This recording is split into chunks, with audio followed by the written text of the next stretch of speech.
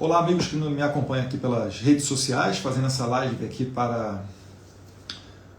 agora no Facebook, no YouTube, no Twitter através do Periscope e também aqui através do meu Instagram. Né? Vou dar aquele um minutinho inicial para que as pessoas possam entrar e a gente possa comentar um pouquinho sobre esses fatos ocorridos hoje que são gravíssimos. Não são pouco graves, não, são gravíssimos. Os fatos apresentados hoje pelo presidente Jair Bolsonaro e o deputado Felipe Barros. Mais 30 segundos aqui a gente começa a falar. Matheus Balil, de Ubatuba, um abraço. Pugliese, obrigado pela presença. Márcia Mourão, boa noite. Arauzado, up. Pessoal comentando aqui também. Facebook, boa noite. Hashtag Barroso na cadeia. Bora engrossar esse caldo. Boa noite. Daniel Magno, salve deputado. Já deu aqui um minuto, vou começar então, pessoal. Para quem acompanhou essa live de agora há pouco na Jovem Pan, através do programa Pingos nos Is, o presidente Jair Bolsonaro, junto com o deputado Felipe Barros, o que eles fizeram? Eles expuseram um relatório da Polícia Federal. Então, primeiro, não é o presidente falando, não é o Felipe Barros falando, não é o Eduardo Bolsonaro falando. É um relatório da Polícia Federal.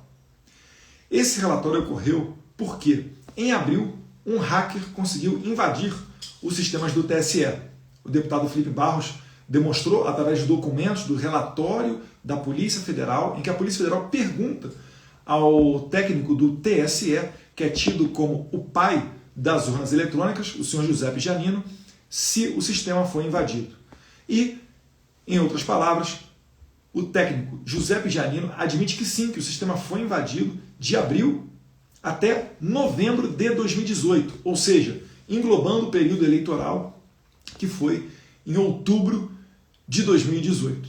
E nesse relatório, com documentos do próprio TSE, o TSE admite que um hacker teve acesso aos códigos-fonte, ou seja, ele poderia manipular o software utilizado nas urnas eletrônicas e utilizado nas eleições de 2018. O relatório da PF é não conclusivo se esses acessos e esse hackeamento também ocorreu de maneira anterior a 2018. Então a possibilidade de fraude nas urnas, ele remonta até 1996.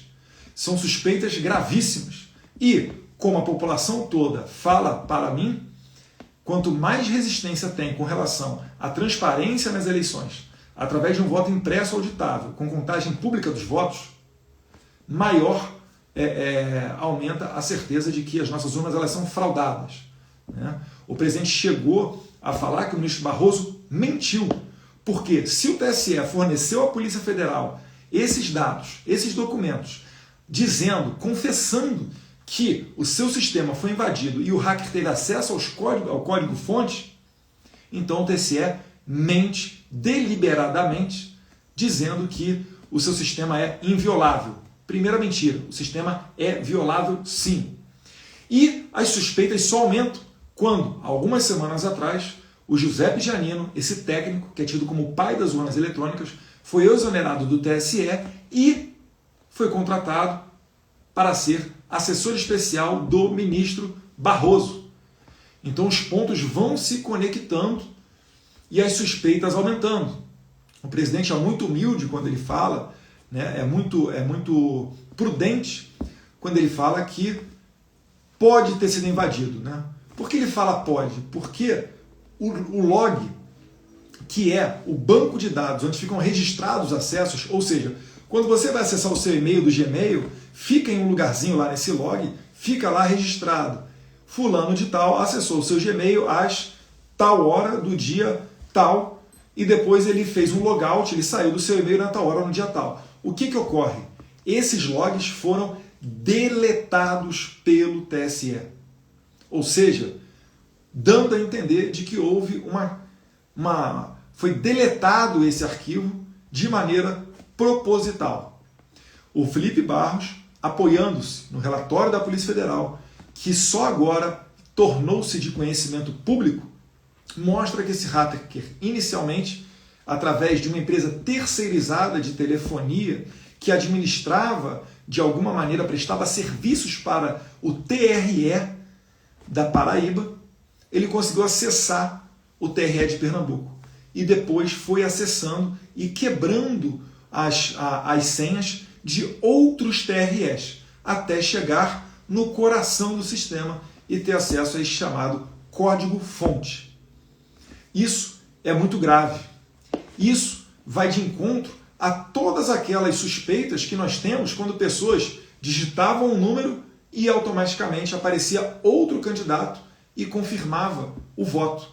Ou pessoas que não ouviam o barulho da urna eletrônica dizendo que estava finalizada a votação. Dentre várias outras suspeitas de fraude que o TSE sempre escondeu. De maneira notória e cabal, está confessado nesses documentos do TSE, ao qual a Polícia Federal teve acesso, que, pelo menos em uma cidade do Rio de Janeiro, o hacker conseguiu invadir. Uma cidade muito pequena. Me esqueci agora o nome da cidade. No entanto, se ele acessou essa cidade nas eleições de 2018, por que ele não poderia tê-lo feito também em outras, não sei se necessariamente na eleição de 2018, vamos lá. Se ele acessou esse site, se ele acessou o software e conseguiu entrar nessa cidade e talvez promover alterações na eleição, porque o próprio TSE diz nos documentos que poderia sim ser alterado, por exemplo, excluindo um candidato da plataforma das urnas eletrônicas. Então, quando você fosse votar nesse candidato, talvez ele não aparecesse. Um exemplo que é dado no documento do TSE enviado para a Polícia Federal. Então, isso daí é uma denúncia gravíssima, gravíssima, gravíssima, gravíssima, que coloca em xeque não só a eleição de 2018, mas a possibilidade até de que eleições anteriores, quem sabe a de 2014, de Aécio contra Dilma, que possa ter sim ocorrido fraude. As outras suspeitas já foram demonstradas na live do presidente da última quinta-feira, onde, por exemplo, a manutenção de um padrão na apuração da votação em São Paulo aumenta em muito a suspeita.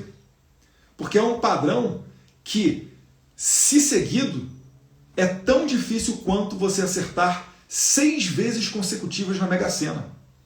Será que não dá para desconfiar desse sistema? É disso daí que a gente está falando. Então, com base nesse fato, eu pedi para o assessor, a gente está em vias de protocolar agora na Câmara dos Deputados, um pedido de abertura de CPI. A CPI ela precisa de 171 assinaturas e de um fato delimitado, com os indícios de crime. O fato delimitado foi exposto hoje. E agora nós vamos correr atrás das 171 assinaturas.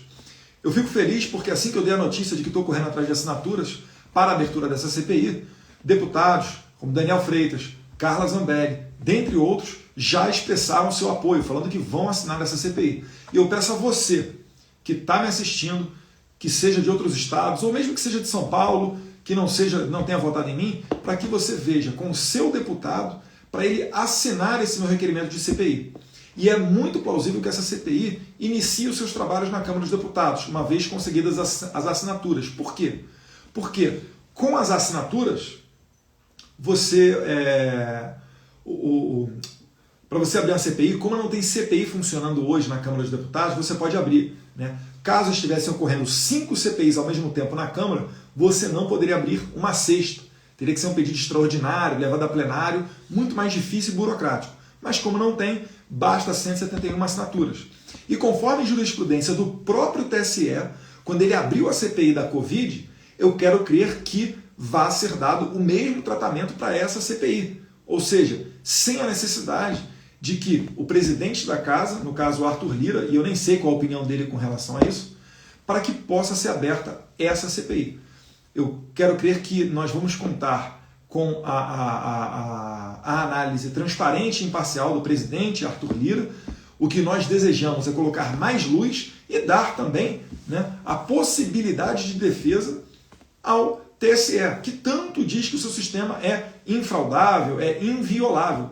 O povo quer saber. Isso tem a ver com a nossa democracia. Isso tem a ver com as eleições, não só do ano que vem, mas com eleições passadas também. Então nós temos que jogar luz nesses fatos. estou pedindo também para vocês para que, se forem postar alguma coisa relativa a esses fatos, para que coloque a hashtag CPI do TSE. Vão levantar essa CPI, postar e dizer que a população não está satisfeita da maneira, com a falta de transparência que são feitas as nossas eleições atualmente. Perfeito? Para você que está me assistindo no Instagram, eu vou agora ver se tem alguém aqui interessado em rachar a tela comigo para a gente poder começar a ter um bate-papo. Para as outras pessoas que estão me assistindo pelo Facebook, pelo YouTube e pelo Twitter, eu vou colocar aqui um vídeo resumido em que o deputado Felipe Barros, ou melhor, eu vou pegar aqui a transmissão do Instagram e vou virar a tela para que também possam assistir o vídeo em que o deputado Felipe Barros, junto com o presidente Jair Bolsonaro, fala dessa questão e mostra um dos indícios, ou, quem sabe, provas, porque o que está sendo explanado é um relatório da Polícia Federal. Mais uma vez, não é a opinião do Eduardo, do Felipe Barros, do Jair Bolsonaro ou da Bia Kicis. É um relatório oficial da Polícia Federal. E curioso também é que, como que o TSE, admitindo que, pelo menos em uma cidade, o sistema foi invadido com uma forte possibilidade de alteração desse software de maneira a privilegiar algum candidato, por que o TSE não fez uma apuração idônea? Por que o ministro Barroso insiste em dizer que o sistema do TSE é inviolável? E todos nós sabemos, se invadem a NASA, se invadem vários acessos governamentais, que são aqueles acessos mais difíceis, com as senhas mais difíceis de serem quebradas. Por que dizer publicamente que o sistema é infalível? Por que não admitir de maneira humilde que podem ocorrer fraudes e nós podemos melhorar esse sistema através do voto impresso, com contagem pública dos votos, que é o mais importante, a contagem pública dos votos.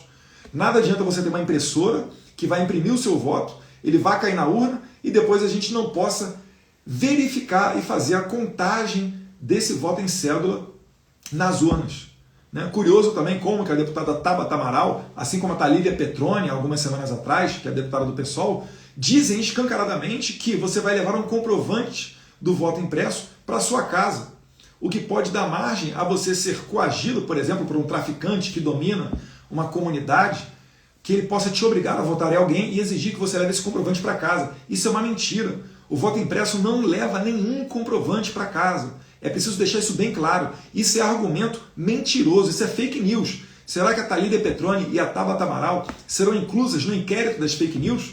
Por que o ministro Barroso apenas colocou o Jair Bolsonaro para ser inserido nesse inquérito?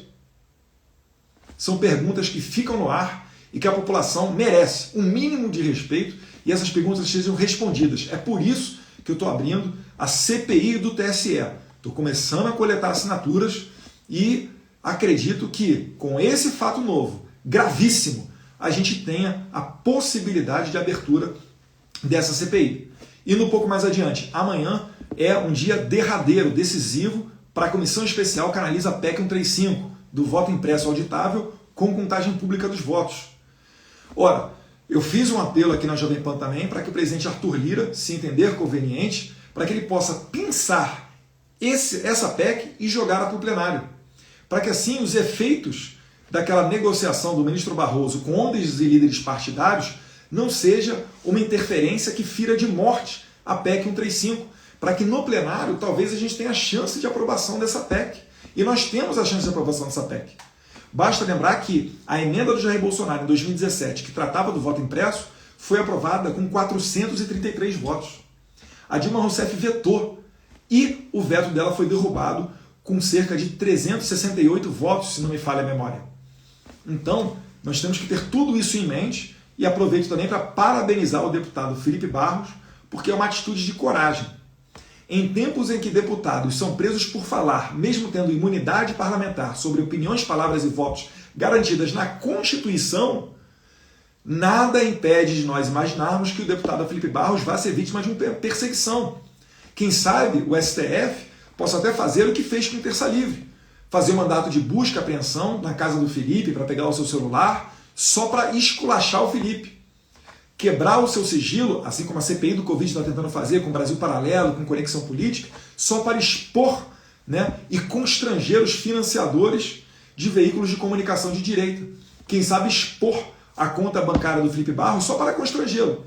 E aí sabe como é que é, né? Aquela militância maldosa que persiste dentro da imprensa, pegar qualquer coisa, uma compra de um cartão de crédito, de um vinho mais caro, só para ter um impacto negativo junto à população. E eles fazem isso de maneira proposital, eles vazam dados de maneira proposital. Eu li uma notícia aqui que estou para confirmar, em que a Polícia Federal talvez vai investigar o Omar Aziz e alguns integrantes da CPI da Covid, que eu chamo de CPI do Lula ou CPI do circo, porque eles estão vazando dados. Isso daí não é papel de uma CPI. A CPI ela tem poderes próprios de juízes, de requisitar documentos, de inquirir testemunhas sobre o juramento. E é isso que se deseja. Porque o próprio Felipe Barros atestou que foi tentado trazer o Giuseppe Giannino, o pai das urnas eletrônicas, para a PEC, para a Comissão Especial da PEC 135, mas ele se negou nas 3 oportunidades. E lembra mais uma vez, ele foi exonerado do TSE e agora é assessor especial do ministro Barroso. Então a história está muito mal contada. Eu vou deixar aqui com vocês, e vou virar a tela aqui do meu Instagram, para que vocês possam assistir ao vídeo do deputado Felipe Barros. Vou preparar para virar aqui.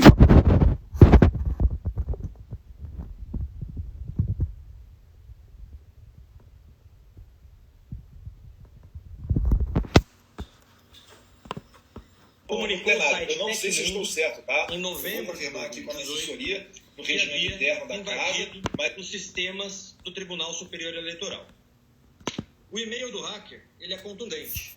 Abre aspas. Devido a falhas, vulnerabilidades de aplicações desenvolvidas pelo próprio TSE, acabei obtendo acesso remoto a um dos equipamentos ligados à rede. Dessa forma, tive acesso à rede interna, intranet, e por vários meses fiquei explorando a rede, inclusive entrando em diversas máquinas diferentes do TSE, em busca de compreender o funcionamento do sistema de votação. Com isso, obtive milhares de códigos-fontes, documentos sigilosos e até mesmo credenciais, sendo o login de um ministro substituto do TSE e diversos técnicos, alguns ligados à alta cúpula de tecnologia da informação do TSE, ligado ao pai das urnas, o senhor Giuseppe Giannino. E no decorrer desse e-mail, o hacker descreve como ele fez, então, para invadir esses sistemas. Em novembro de 2018, ao tomar conhecimento, a ministra Rosa Weber, então presidente do TSE, solicita à Polícia Federal a abertura desse inquérito. Qual é o primeiro ato do delegado da Polícia Federal? Perguntar para o TSE, requisitar ao TSE um relatório daquilo que de fato havia acontecido, para analisar se o que o hacker estava dizendo de fato era verdade ou não. Então, o que eu vou falar agora, não é eu que estou falando, não é o presidente, não é a deputada Bia Kicis, é o próprio Tribunal Superior Eleitoral, nesse relatório respondendo ao delegado da Polícia Federal. É um relatório muito longo, de aproximadamente 10 folhas, em que eles descrevem que perceberam a primeira invasão em 18 de abril de 2018, através do Tribunal Regional Eleitoral do Pernambuco. Como que o hacker fez, então, para invadir o Tribunal Regional Eleitoral do Pernambuco? Se utilizou de uma senha de uma empresa que presta serviços ao TRE da Paraíba. Essa empresa terceirizada presta serviços de manutenção telefônica no TRE da Paraíba. Através disso, ele conseguiu acesso aos TREs da Paraíba, do Pernambuco e de outros estados do nosso país. Depois do que o hacker fez? Esse relatório vai descrever dia após dia o que o hacker teria tido acesso, e na página 37 desse relatório do próprio Tribunal Eleitoral, eles afirmam o seguinte: buscou-se identificar quais portas de entrada foram utilizados pelo atacante, ou seja, pelo hacker. Além da VPN do Tribunal Regional Eleitoral da Paraíba, foi identificado um ponto de entrada a partir de uma máquina do TRE do Rio Grande do Norte. E vai além. Observou-se conexões indevidas à VPN de acesso do TSE. Uma dessas conexões foi realizada com o usuário do coordenador de infraestrutura do TSE. eles estão querendo dizer aqui? O hacker teve muito tempo dentro dos sistemas do TSE. Então, primeiro ele utiliza de uma senha de uma empresa terceirizada e invade os sistemas dos tribunais regionais eleitorais. Estando dentro dos sistemas dos tribunais regionais eleitorais, ele se utiliza, inclusive, de senhas do próprio coordenador de infraestrutura do Tribunal Eleitoral para invadir o sistema do próprio Tribunal Superior Eleitoral. Isso está aqui nesse relatório que o TSE produziu. Isso, repita. Tudo que ele está falando são informações do TSE. Não é da PF, não é minha, não é de ninguém. É do TSE. E esse relatório continua, então. Na página seguinte, eles afirmam que a base de usuários pode ter sido comprometida e que o atacante está quebrando as senhas para posterior uso. Ele vai quebrando as senhas dos usuários para depois invadir outras partes do sistema do TSE. E aí eles passam a analisar, então, se o que o hacker estava falando de fato era verdade. E concluem o seguinte: o atacante descreve que possui acesso à rede interna por vários meses, entrando em diversas máquinas. Esse relato condiz com o que foi observado em abril de 2018. O próprio TSE reconhecendo que o que o hacker está falando é verdade. Entrou. Tá? Então, como diz o ministro Barroso, né, que são intransponíveis, né, para qualquer pessoa entrar no TSE. Não é verdade. Né? Não é verdade. Esse mesmo relatório depois continua, e aqui talvez seja o mais grave.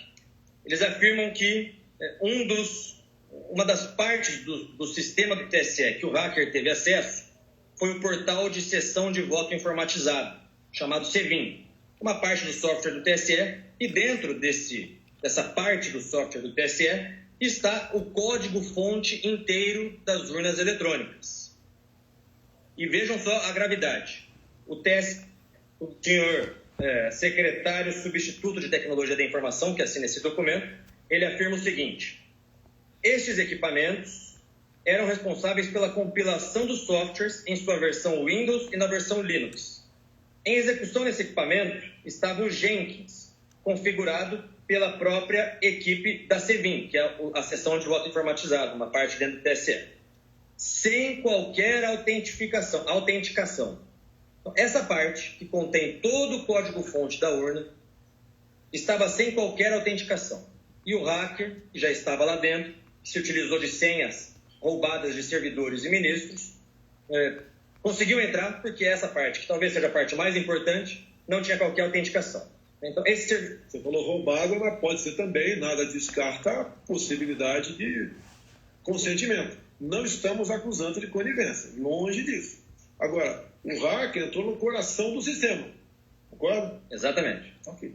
Estando no coração do sistema, ele pode, inclusive, fazer alterações do próprio sistema, porque teve tempo para isso. O próprio TSE reconhece que o hacker esteve, pelo menos, desde abril até novembro, dentro desses sistemas do TSE. E a última frase, uma das últimas frases desse relatório do TSE é muito contundente. Esse servidor estava acessível para toda a rede e permitia a cópia de todo o código-fonte. Então, o hacker teve acesso a todo o código-fonte da urna, com a possibilidade até de alterar. Qual a consequência disso? Se eu altero o código-fonte, você faz programações, por exemplo, vota 1, aparece o 13. Vota 17, cai o voto nulo. Como, inclusive, aconteceu e vou relatar para vocês dentro desse inquérito. Entre as reclamações, urnas que supostamente preenchiam o número do candidato à presidência do PT, Fernando Haddad, automaticamente, como se pode ver neste vídeo. Aperta 1, aparece o 13. Outra queixa compartilhada nas redes sociais foi de que o sistema de algumas urnas encerrou a votação antes de o eleitor confirmar a escolha de candidato à presidência. Pessoal, quem não me conhece, sou o João Armentano, arquiteto. Acabei de votar aqui na Zona Sul, no ex-colégio Sacré-Cœur, mas quando chegou na hora do presidente, apertei o meu candidato e, por surpresa, não houve confirmação. Foi direto para a finalização do voto. Reclamações frequentes que viralizaram na internet são de que urnas eletrônicas não exibiram a imagem e nem o número de Jair Bolsonaro do PSL. Este caso, que teria acontecido num colégio no Parque Ateneu, na região sudeste de Goiânia, é um exemplo. Oi, gente, acabei de sair aqui do colégio Vila Nova, aqui no Parque Ateneu. A minha colega aqui não te conhece, mas ela votou para presidente e não saiu a foto do nosso presidente. Não saiu a foto, deu fim imediatamente, antes de aparecer foto. Apareceu outro casal aqui, a mesma coisa. Casal. É isso aí, pessoal. Deixa eu inverter aqui.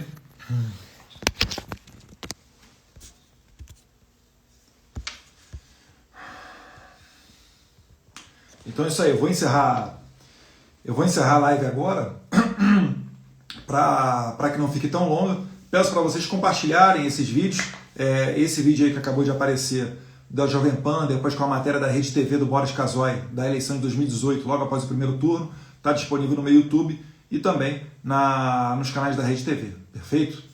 Um abraço a todos vocês, fiquem com Deus, mais uma vez, hashtag CPI do TSE, fala com o seu deputado, solicita para ele assinar o nosso requerimento para a abertura dessa CPI. Um abraço a todos vocês, fiquem com Deus.